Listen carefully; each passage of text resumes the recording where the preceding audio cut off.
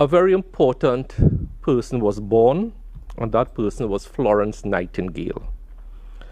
And today, we celebrate her 200th birthday in the form of International Nurses Day. Florence Nightingale came to light, and I use that word light both literally and figuratively, because she was known as the lady with the lamp. When she was tending to wounded soldiers during the Crimean War, and she gave birth to the modern nursing traditions. Fast track to 2020, 200 years later, and nurses, the descendants of Florence Nightingale, are now involved in another conflict, that of COVID-19. In the Trinidad and Tobago context, and actually global context, it is nurses whose compassion, skill, determination, and leadership has helped to flatten the curve in Trinidad and Tobago. Nurses have always been the backbone of our healthcare system. And it was very sad for me on Mother's Day not to be able to visit nurses and mothers for the first time in 5 years. As you know, every Christmas, Mother's Day, Father's Day, I go out to visit with the nurses to identify with them. And I always tell nurses, if you can work on a public holiday, Christmas, whatever, I can come out and support you. So today, it is my absolute pleasure to recognize nurses all around the world, and especially our nurses in Trinidad and Tobago, on the occasion of International Nurses Day. May you continue in the traditions of Florence Nightingale to be the lady with the lamp. I now go on to today's update. Tests done to date are 2,358. Unique patient tests, 2,016. Repeat tests, 342. We have done 738 community tests throughout Trinidad and Tobago, and to date, all of those are negative. The total number of positive cases remains at 116. Total number of discharges, 107. Total number of deaths, 8. Same 1 in Tobago and 7 in Trinidad. Total number of patients hospitalized is 1, and that one person is in Cora. We still have our, I believe, 70 persons in quarantine at Debe. At the home of football, Couva, we have no patients there. In ICU, HDU, no patients there at Couva. We just have that one patient who I am told is stable in Cora. So that's my update for today. But before I hand over to you, Minister Cox, I just want to reiterate to the public that as we move into the second day of the easing of restrictions, it becomes more and more imperative that the vast majority of citizens adhere to the public health measures to wear masks, to sanitize, stay home if you are ill, physical distancing, cough etiquette. It is only those simple public health measures that are recommended that will help us to make decisions next week as we transition from the end of phase 1 of the ease up to the beginning of phase 2, 3, and 4. I just want to give you one quote this morning, a very sensible quote from a Facebook post. And it goes like this, and I will end with this. Why does the government always have to enforce and legislate everything? This is a Facebook post. Why does the government always have to enforce and legislate everything? Can't we allow common sense to prevail? Mask, distance, sanitized. That's a Facebook post, and Minister Cox, I could not have said it better. Thank you very much. Thank you very much, Minister. And we all join with you in saying thank you to the nurses and wishing them happy International Nurses Day. The Minister of Finance, the Honourable Colum Imbert, will speak on unplanned financial expenditure, give an overview of relief and support measures taken by the government, and will provide basic statistics on those efforts. Minister Imbert. Thank you very much. Pleasure to be here.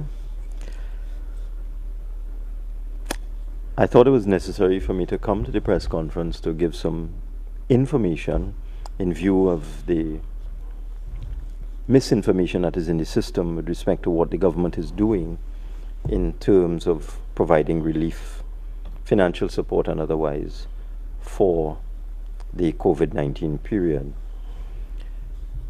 I have actual figures and projected figures in terms of what various ministries and agencies are doing.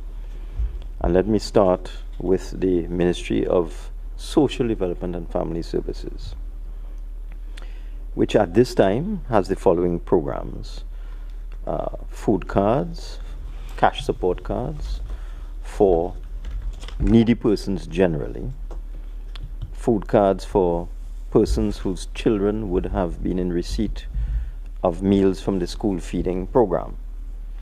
There's also additional social support to persons already in receipt of various forms of welfare from the Ministry of Social Development, such as public assistance, disability grant, and so on.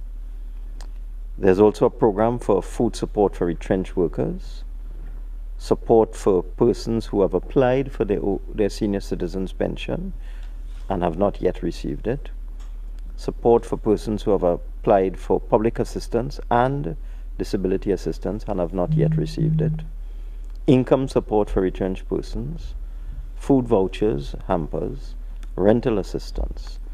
So far, in all of these categories combined, the Ministry of Social Development has spent $98.1 million to date.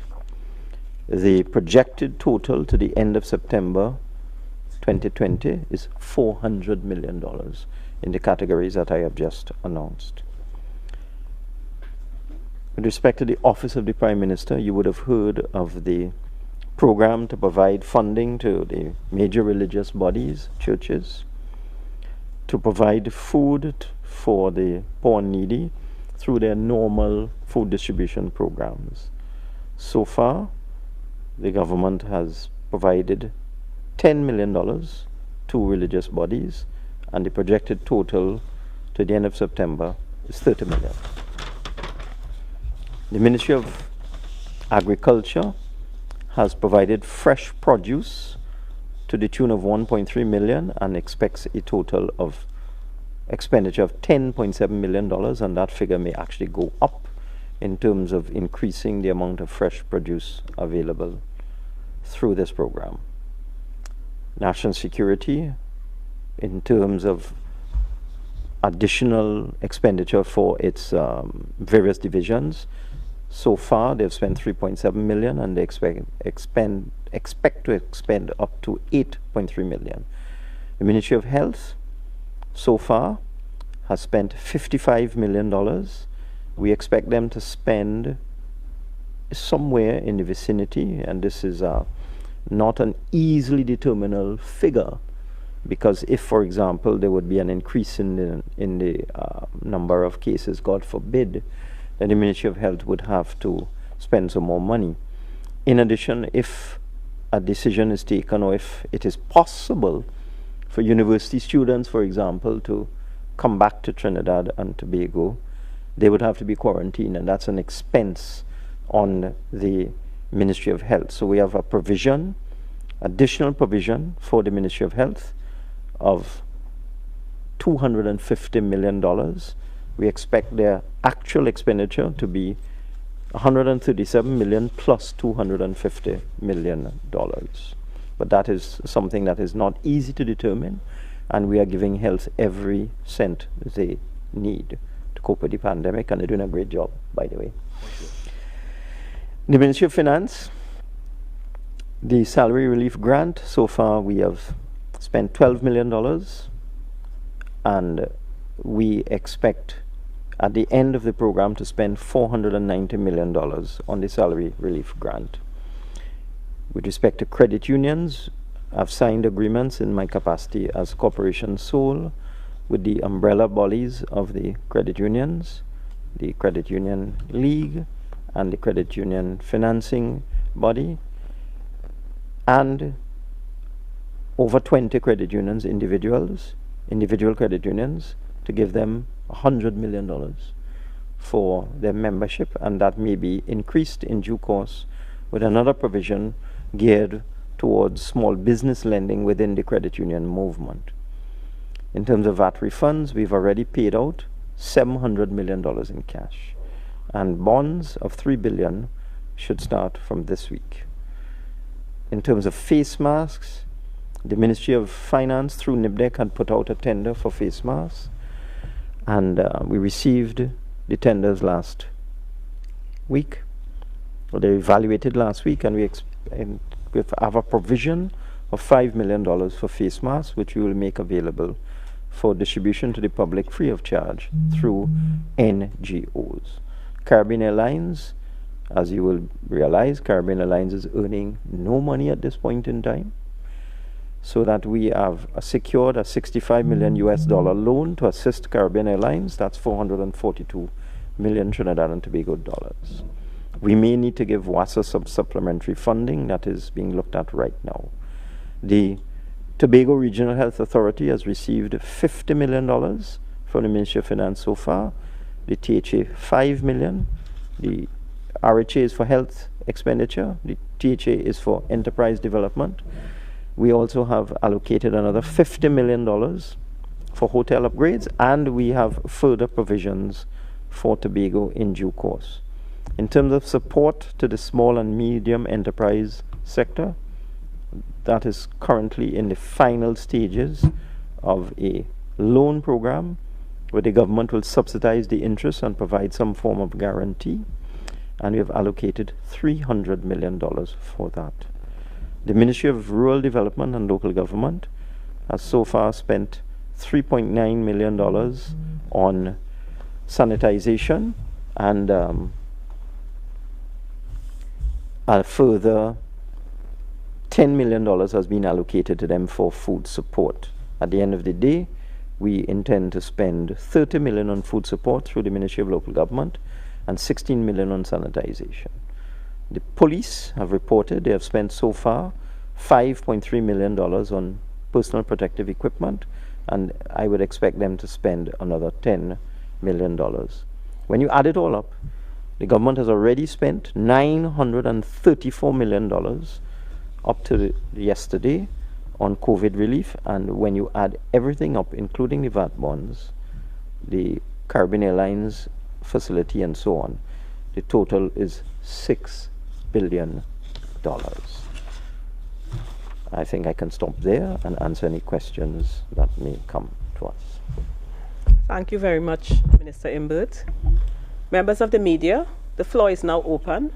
Remember to identify yourself and the media house you represent before posing your question. We want to give as many of you an opportunity to pose questions to us, but that means in our limited time, we will have to give each media house a chance to get a maximum of 2 questions in. Once we have completed the pool and time allows, I will come back to you. Let us keep this in mind as we begin taking your questions. Newsday. Hi, good morning. Shane's Bill from the Newsday. Good morning.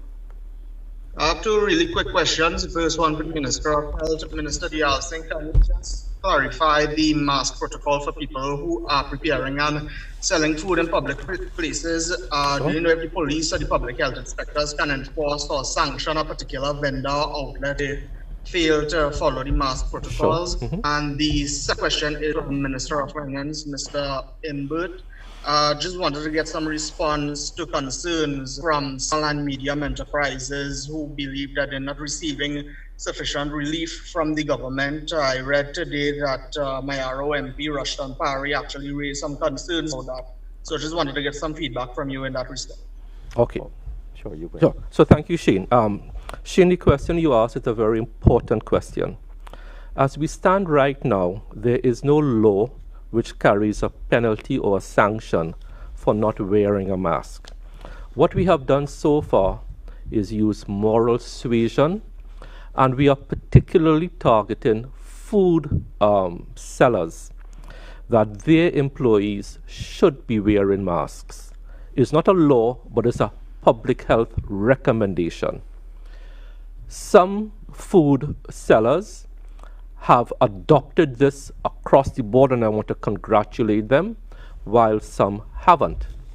Some food sellers are also insisting that anybody coming to purchase food must wear a mask, and I highly recommend that. As you know, Shane, I made a very impromptu visit to Independence Square after the press conference yesterday. And I started walking from west to east along Independence Square. And I saw the good, the bad, and the ugly. Actually, I saw the excellent, the so-so, and the ugly. One establishment had everything that you could ask for. And then you walk down a few yards, they had nothing.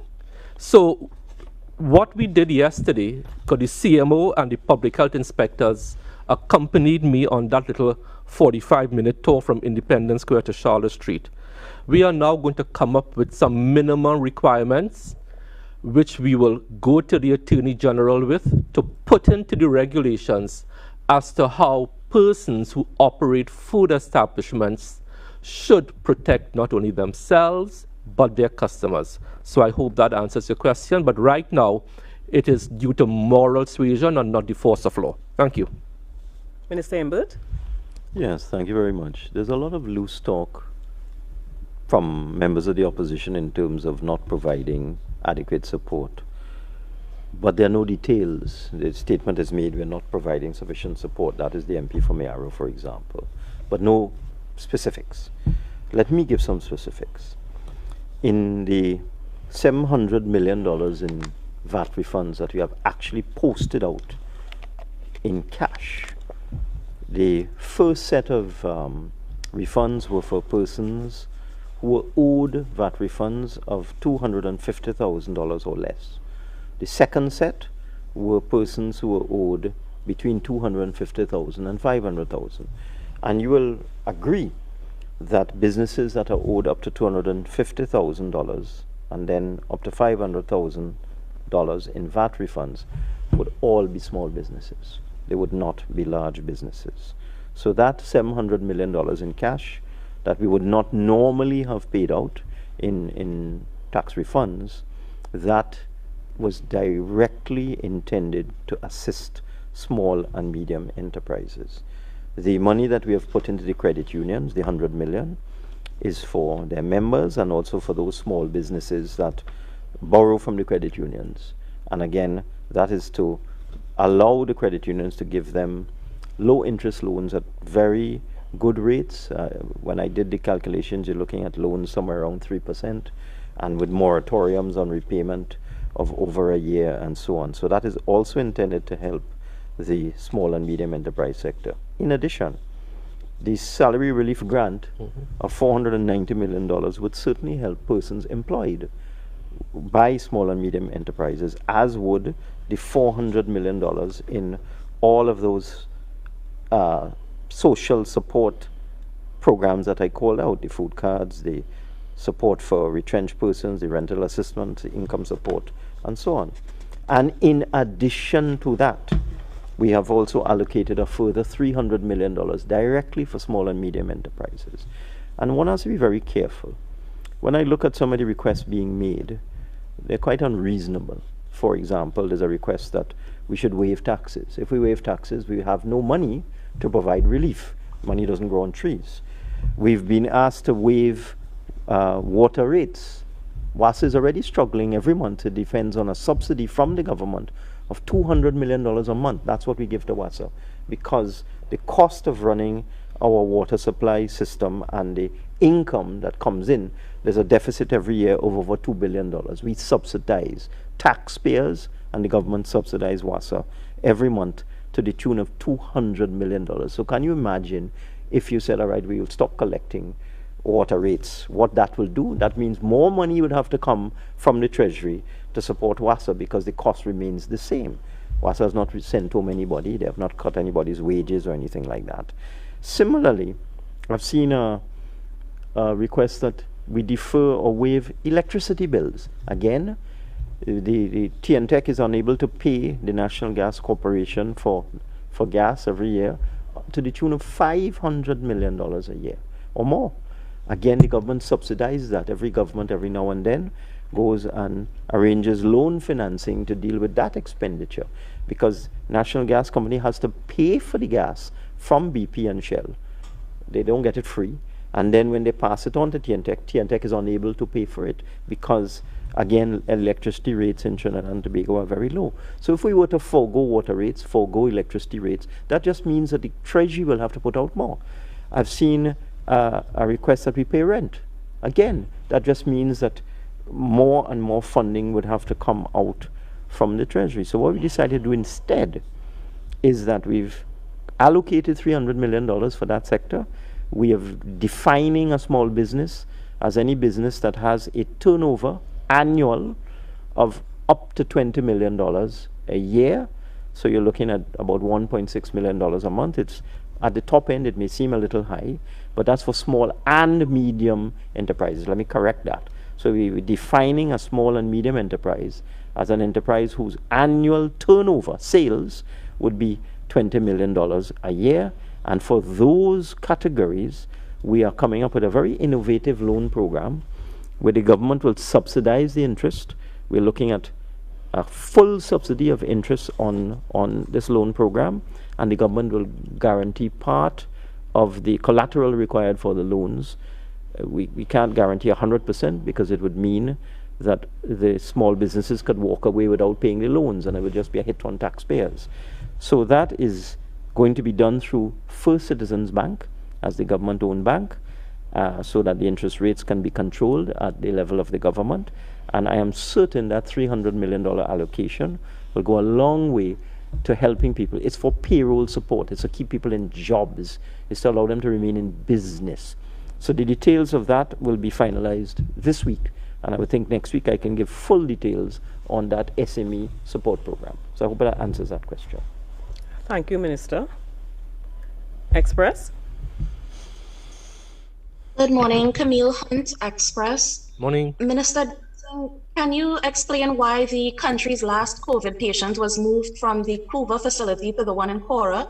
The patient's family is saying that the patient is not receiving the same quality of care at Cora, and that the patient feels isolated and traumatized. Also, without breaching patient confidentiality, can any information be provided on the treatment history of that patient? I cannot provide patient treatment history. Come on. It was Mr. Stephen Cummins who asked last week, what am I doing to protect patient confidentiality? Come on. And the patient would have been moved for clinical reasons overseen by the chief medical officer. I cannot divulge patient information, please. It was done in the best interest of the patient. That is all I could say at this point in time, okay? Thank you, Minister. ACP News.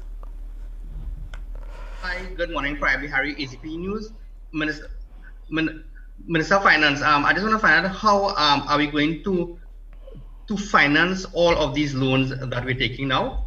And to the Minister of Health, there are a number of requests being made by people who run pools, you know, and they wanted to know if, you know, because they can social distance, you know, just like in golf, for example. Right. And a lot of elderly people who exercise can't walk, you know, and they use the pool. So they want to know if any consideration would be made along those lines for pools. Thank you. Okay. Could we ask the operators to put up the pyramid, please? We need to be reminded constantly that if we given the every request to open up everything, we might as well flip a switch and open the entire economy. And what you are going to have is what I shared with you about a month ago. It takes one person to infect two. Two to infect, was that 6? And then eventually that one person infects 10. Then each of those 10 go on to infect 10 more. So 10 will infect 100, 100 will infect 1,000. I appreciate the need that everyone feels to be liberated. I gave you an example yesterday. In South Korea, one person in a nightclub area between Saturday and today spawned a 100-case cluster. Because of that, South Korea now has to trace 5,000 persons, and because of that one cluster, they now have to delay the opening of schools. That is the context in which these decisions are made. I understand, we sympathize, we empathize with everyone who wants to just rush out there and get back to normal life. Let me crystallize what we are dealing with in one sentence. We always say doctors make life and death decisions. Today, it is not only doctors making life and death decisions. Every individual who wants to open up everything now is making a life and death decision. The photograph you saw yesterday outside the Doubles truck with about 20 people, only one wearing a mask. They are making life and death decisions.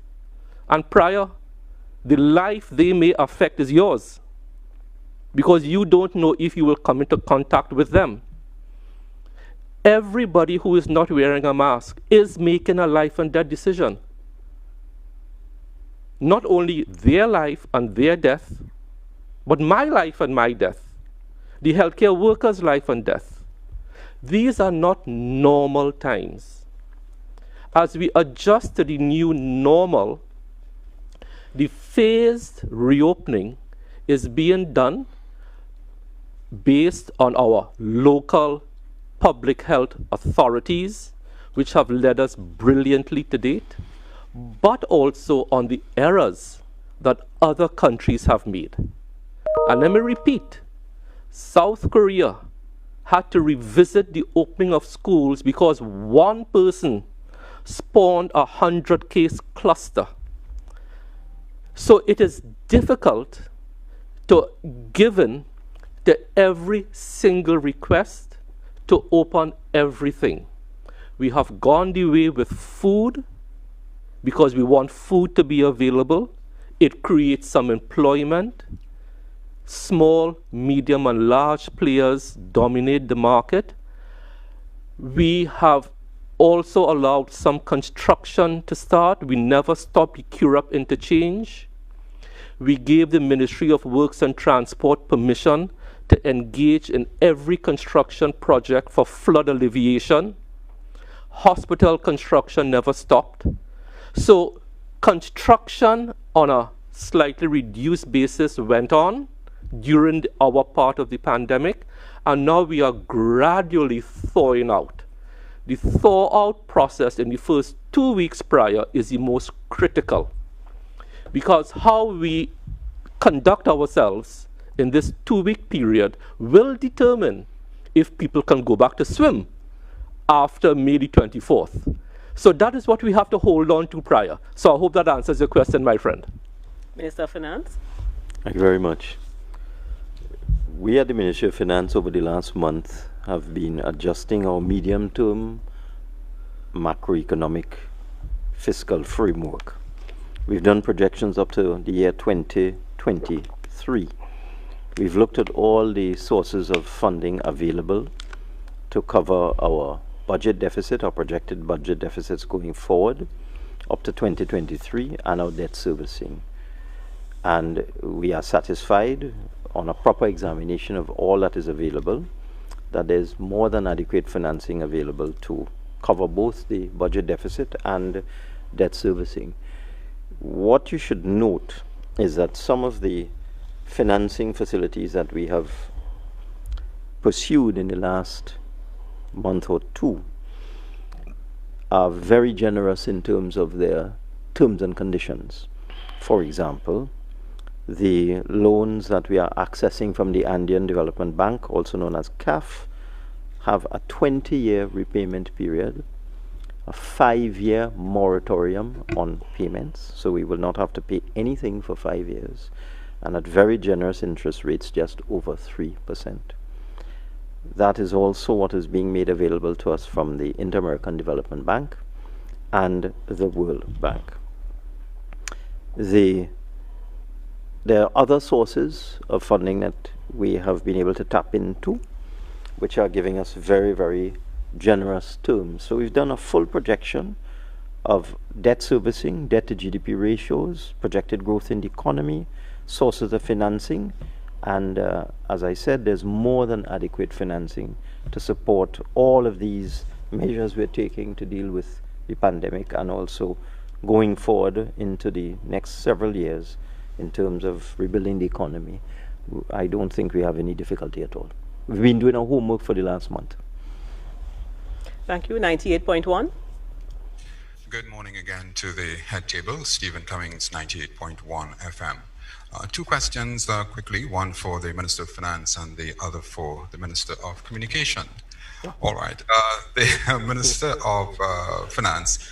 Minister, you mentioned provisions being made for small and medium-sized businesses, but I didn't hear provisions specifically for the micro enterprise sector, and I'd like if you can just expand on that in terms of what is available, what can micro enterprise persons in that sector can look forward to in terms of a relief package. And Minister of Communications, one recognizes the importance of the ministry, and we do have a Spanish-speaking population among us, registered and unregistered. I believe in the population numbers of about probably 30,000, a number which was previously quoted by the Prime Minister. Can provisions be made to have Spanish translations, however appropriate, of these very important conferences to this section of the population in the interest of providing a level of linguistic support and comfort? Thank you. The micro enterprises fit within the small business sector, but as you go down, the scale and the level of funding that is required is less, and the capacity, of course, is far less. The ability to withstand a shock such as the pandemic is less. You have to have different approaches. I've outlined a general program where the government will subsidize the interest on loans, and we're also going to ask the bank to give persons a 2-year moratorium on repayments of principal. So the government will be repaying the entire interest on the loans, and the arrangement will be such that the borrowers would not have to pay any principal for the 2 years. So no payments at all from small enterprises, which includes micro. But when you get to the very small entities, it's well recognized all over the world that you have to give them some assistance by way of grant funding. So that would be the final element of our small and medium and micro enterprise program. But one has to be very, very careful about grant funding, that it is not abused. So what I wanted to announce this morning is that we are providing subsidized interest, and we will be providing a level of government guarantee, and it will be so structured that no payments will be required at all from borrowers for the first 2 years. At the micro level, we would have to look at some form of small grant funding. Thank you very much, Stephen Cummings. We have been doing some translation of some of our material, but I know we have to ramp it up some more. And we have, as a matter of fact, we are even looking for volunteers to assist us, because we have been sending out information every day, and it has been a bit difficult, but we will be ramping it up. So if there's anyone out there who wants to assist us, we will be very grateful. Thank you. Tobago Channel 5. My question is for the Minister of Finance. I know it might be a little bit early, but I was wondering, what is the government thinking in regards to the tourism sector and the future of the tourism sector? Of course, with all the changes that are likely to take place and the travel arrangements and so on, are we still depending on, or are we still putting as much hope in the tourism sector as we were in the last couple of years? The question is a little bit early. That's true. We really have to be very careful about how we deal with the tourism sector. It's not certain what's going to happen in terms of air travel as we go forward. That would be the last thing I would think that would recover to its pre-COVID state. But I mean, we have to diversify the economy. One of the good things that has come out of this experience is a genuine commitment on the part of everyone now to look at alternative revenue streams. And certainly I would think once this virus is addressed, you know, they have all sorts of theories about it. I am not going to try and be an expert. As a non-expert, I would think we would need to wait until a vaccine is developed. But you know, people say all sorts of things. So I will just stick with what the experts say. But assuming that a vaccine will be developed in the future, in the near future, I would think that air travel can resume, and certainly tourism would resume. And I would think we have to look to things like tourism, build agriculture, build export manufacturing, build local substitution as engines of our economy. So I would not want to, as your question implied, I'm not saying anything pejorative, but as your question implied, I would certainly not want to write off the tourism sector. I think it's something that we need to look at for future growth and development once air travel resumes. Thank you. Astronaut Health News. Bernard Stewart, Astronaut Health Newspaper. Good morning to everyone at the head table. Good morning. Can government allow religious organizations to give monetary allocations in food vouchers rather than hampers to take the burden off the magnitude of shopping of the churches, and also allow receivers to get what they really need and maybe get it faster? That's one question. And the other is, what's the status of receipt of COVID-19 grants for citizens who have been losing income? Okay. Is that you're talking about the salary relief grant? Yes. Okay. Minister of Finance? Sure. I can give some information. As I indicated what our targets are in terms of funding, we expect at the Ministry of Finance to, when it's all over, to spend close to $500 million on salary relief grants. The Ministry of Social Development has a total of $400 million allocated to them, of which the bulk would be for income support grants. In terms of numbers, my understanding is that we've crossed the 12,000 mark at the Ministry of Finance, and I just got an email from the Ministry of Social Development giving some details as to what they have been able to do in terms of grants. My understanding is that they have a significant number of applications, over 20,000, that's what I'm told, and that in terms of grants, I think they are just around the 10,000 mark. But our allocation for these two forms of support is a total of 900 million. 500 million in finance and 400 million in the Ministry of Social Development. With respect to the question about the churches, I have seen some of the churches giving out vouchers from the supermarkets, and by way of a card actually. And once it's for the purpose intended, we are not going to dictate to the religious bodies how they should provide food support to the poor and needy. It may be more convenient to give a card so that the person would not have to go through the trouble of coming to collect the hamper. The hamper may not have the ingredients in it that they may think are appropriate for them. So that is something I'm sure will be managed properly by the Office of the Prime Minister in consultation with the churches. But I'm not aware there's any prohibition on the use of grocery vouchers or grocery cards at this time. TV6. Good morning, everyone. Morning. Rashid, TV6. Good morning. I have some questions for the Health Minister, Yes. Minister Dialsing. So, Minister, I'm trying to get a gist from you, not just about food places, but generally, how do you feel about what you saw yesterday? And we're talking about, yes, hygiene, we're talking about physical distancing, but you did mention a bit about mask wearing, of course, occupancy of. Now, while you were talking about mask wearing, you did say that you noticed some picture, 20 persons, one person is wearing a mask. In that light, would government consider making mask wearing a regulation as opposed to a recommendation? So just those two questions, how do you feel about what you saw yesterday and your consideration for making mask wearing regulation? Thank you. Thanks for the question.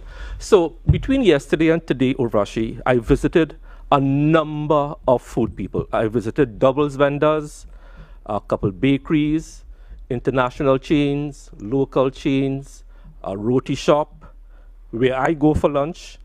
And as I said, I saw from the excellent to the tragic. What we are going to start to do is start to put out strong advisories as to what public health measures can be put in place. For instance, a simple one. You put up a plexiglass screen between your cashiers and your customers. That is simple, not expensive, and highly effective, just like an immigration officer is protected at the airport. So it's not only masks, it is all the common sense public health measures, physical distancing, and so on. The issue that you raise, and quite properly, is it going to be a law? The Attorney General is looking at that issue right now, as I indicated last week in response to a similar question. So the Attorney General is looking at whether wearing of masks can in fact be a law or be a part of the regulations. Because it is these simple public health measures, sanitization, staying home if you are ill, wearing a mask, physical distancing, washing your hands often. It is those very simple public health measures that will continue to help us flatten the curve. So I hope that answers your question, Urvashi. I-95.5. Good morning, everyone. Whitfield Turner from I-95.5. Minister Dialsing. Yes, sir. With the of some aspects of the economy yesterday, we had reports coming in where children and the elderly have begun commingling. And in some cases, it's a case where parents apparently are now offloading children onto the elderly to get a break from them. What would you like to see to persons in such a situation? And to Minister Imbert, reports coming to hand a short while ago is that the radar at the Met Office is currently down and they're experiencing some fiscal challenges in bringing it back online. Is there any way you can intervene to assist in getting it back up and running, especially given that we are a couple of weeks out from the start of what is forecast to be above active hurricane season? Okay, so thank you for the question. Children and parents. As we have been saying from this platform for the past month, the elderly is the most vulnerable group in this whole COVID pandemic. When you look at the deaths globally and locally and regionally, the vast majority of deaths, unfortunately, come from that elderly population, especially those with pre-existing conditions. My advice is for any parent to commingle their children with their grandparents. Ensure that if you do so, these elderly do not have pre-existing conditions like diabetes, hypertension, any cancers. They are taking any drugs that depresses their immune systems like steroids. that these grandparents are not asthmatics with compromised respiratory systems. It is very, very easy for the virus to jump from a healthy child who may not know that they have the virus, very easy to jump to an elderly. And the elderly, as you heard Dr. Parkinson say here when he was here talking about ventilation, once you go onto a ventilator, your chances of coming off that and having a positive outcome is very, very small. So I urge parents not to, as you say, take a break from your children or offload your children onto the elderly who have pre-existing conditions. Let me go back to my earlier statement. In this response to the pandemic, we are all doctors. We are all now making life and death decisions. And that decision to offload your child onto an elderly parent is a life and death decision. So we are all doctors now. We are all making life and death decisions. Hope that answers your question. Thank you very much. Before we move on, I just want to remind members of the media that this press conference is basically to deal with COVID-19 and surrounding issues. Minister Imbert, you may answer if you so wish. Thank you. I am not yet the minister in charge of the Met Office. I don't think I've ever been. But as Minister of Finance, I would most certainly speak to my colleague and ensure that if any funding is required to get the Met service back up, and we'll determine how accurate that report is, and if it is so, I will make sure that whatever funding is required will be made available. But unfortunately, I'm not yet responsible for the Met Office. Thank you. 91.9. Good morning. Good morning. 91.9 FM.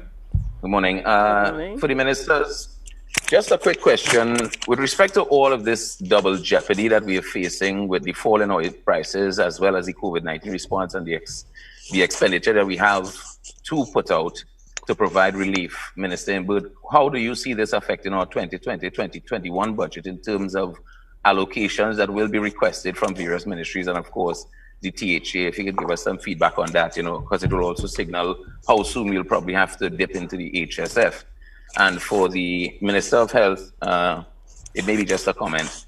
A number of persons have been challenging what they would deem as essential services, and one that I've found to have some good validity is persons that provide support in terms of computer repairs, security camera systems, and other computer systems that help people with communication technologies.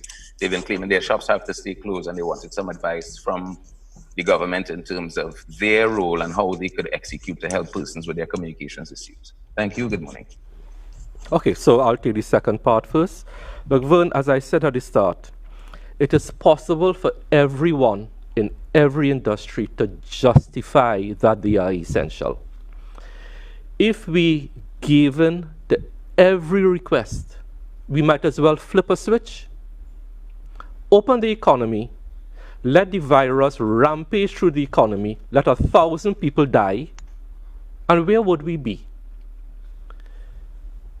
Could we put back up that pyramid, please? Because I think unless people understand what we are dealing with, Vern, we are doing the country a great disservice. That is how the infection spreads. So if we open up every hairdresser, every nail salon, every pool, every computer store, every bookstore, every this, every that, and 10,000 people die, Vern, you will be the first to ask for my resignation. You will be the first.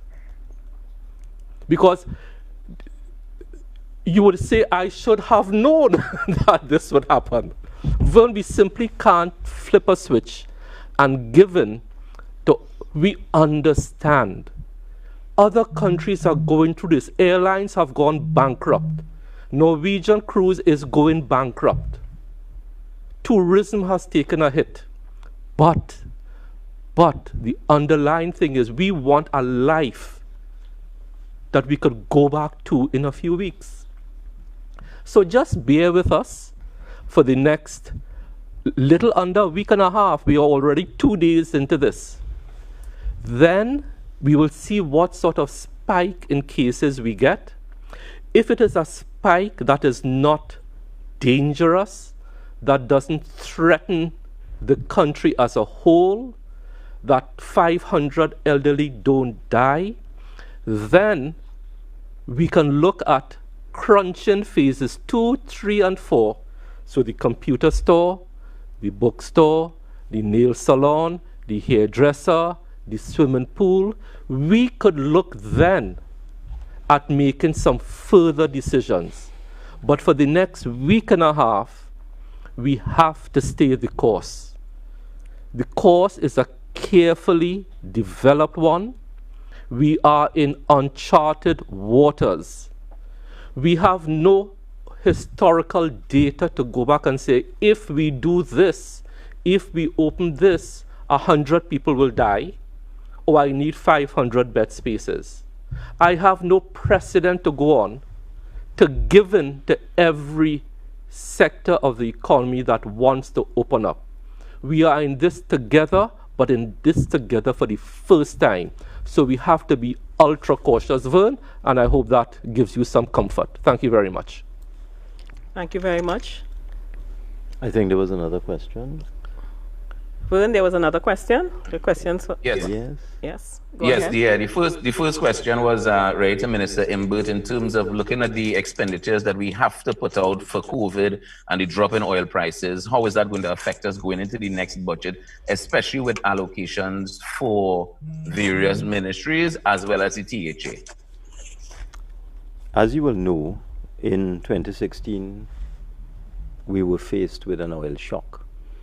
The price of oil dropped to $25. And in those days, we didn't have the benefit of increased gas production, natural gas production. Natural gas production was significantly lower then than it is now. So we were faced with a significant shortfall in revenues from natural gas and significant shortfall in revenues from oil.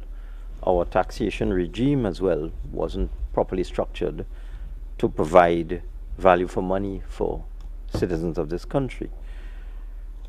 As you will agree, we managed to come out of that oil price shock in 2016, and we've managed to keep the country running for the last 4.5 years without any disruption in terms of not being able to pay public servants' salaries, not being able to pay basic expenses.